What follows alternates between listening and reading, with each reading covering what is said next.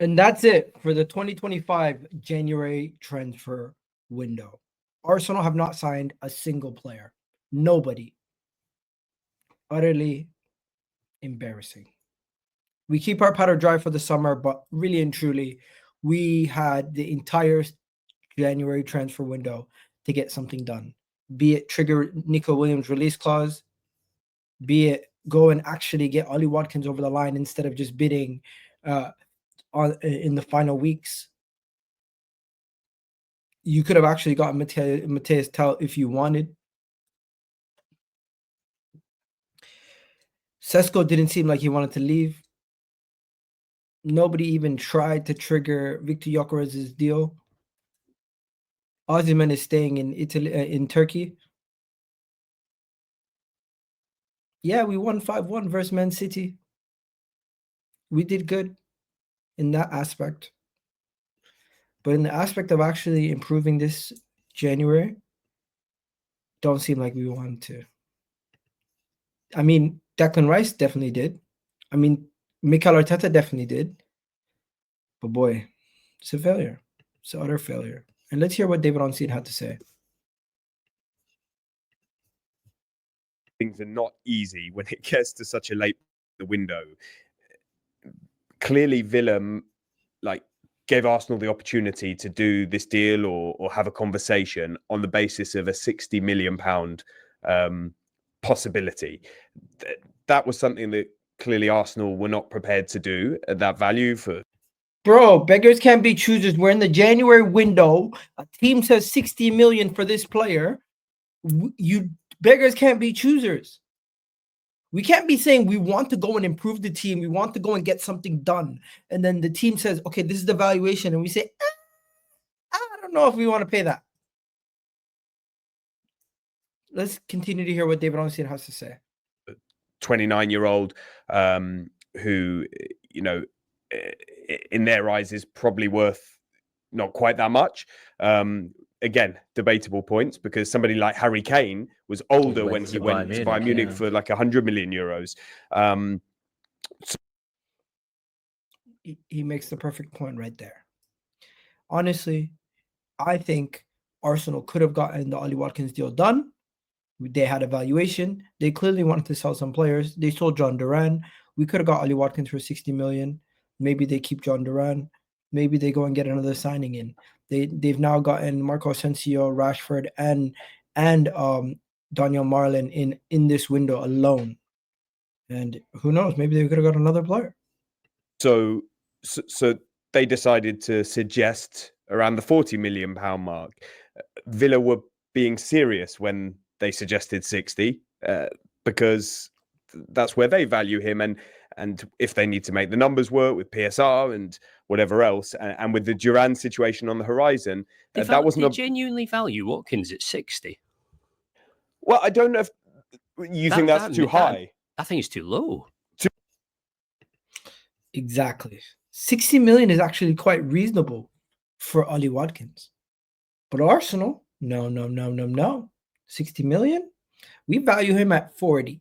What makes us think that we can dictate what a team sells their player for? If you want the player, you have to put the money up or shut up.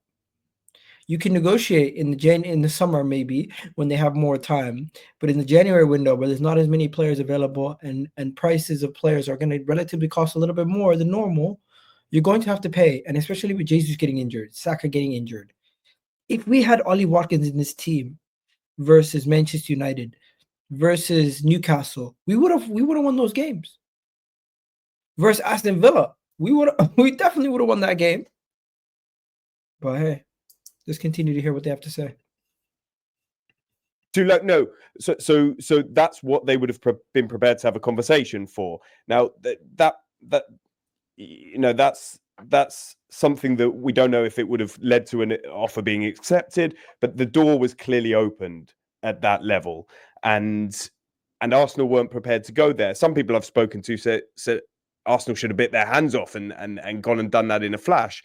But immediately when you sort of suggest 40, and they've got the Duran possibility on the horizon, Aston Villa pivoted immediately and saw out the Duran situation. And there was no further dialogue, to my knowledge, of at least of substance.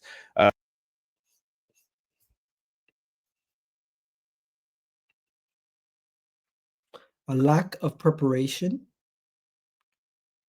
Maybe it's because Edu left out of nowhere, or maybe it's just they had no plans of actually signing anybody this window, as was reported before the window started. But once you had two players get injured, you had to pivot, and Arsenal had it right there. It was all in their hands. Ollie Watkins, 60 million, get it done. Really and truly, he might be better off with Ollie Watkins in the short term. You win now, you never know what's going to happen in football going forward. And Ollie Watkins, even if we want to get better than Ollie Watkins in the future, 60 million is not a ridiculous amount of money for Ollie Watkins. But no. Now, clearly, you know, for somebody that's gone on record as saying that he's an Arsenal supporter as a boy, and that makes it even worse. Oh my God, I forgot about that. He was a former Arsenal. He's a current Arsenal fan. His whole family's Arsenal fans. He would have loved this move. It would have been his dream move, etc. Perhaps Ollie Watkins would have pushed for it if it came close, but it didn't come close. And there was no sort of attempt by Arsenal to go again or be more concrete. David Ornstein breaking it down, giving us the hard cold facts, basically stating that nothing's gonna happen this day. Deadline is gone. Nothing's gonna happen. Arsenal's not signing nobody, and the main reason is because we just didn't see Ollie Watkins worth 60 million. We didn't think Mateus Tell was worth it, and now we're getting all the reports. That Arsenal are focusing on the summer. We're focusing on Isak. We're focusing on Nico Williams. Fucking hell, mate. Arsenal, if Arsenal do any transfer business today, not of my knowledge, that's what David Ornstein stated. Everything is just getting pushed to the summer.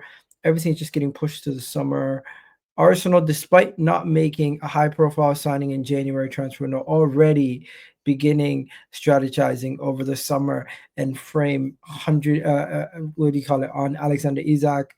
And of course, the internet, well documented with multiple sources that Arsenal are intending to bolster their attack with the Swedish striker, in addition to considering buzz around Atletico Bilbao's Nico Williams. Reports suggest that Arsenal readiness to activate his release clause and strategy patience in January, possible saving funds for significant summer spend, reflecting a calculated approach from the club management to signal to Arsenal's ambition and high levels, addressing concerns of the club and transfer strategy, committing to success. There you go. So Arsenal are not signing nobody in January, focusing on Alexander Isak and Nico Williams in the summer. And you heard it from the horse's mouth, David Ornstein. We're not doing nothing. We could have gotten Ollie Watkins for 60 million. We said no. Ridiculous. And that's the end. That's it. January transfer window's over. Hopefully you guys enjoyed these update videos. If you want me to keep them going, even outside of the window, let me know. And I'm going to wrap this up here, guys. Hopefully you guys enjoyed the January window. It's been shit.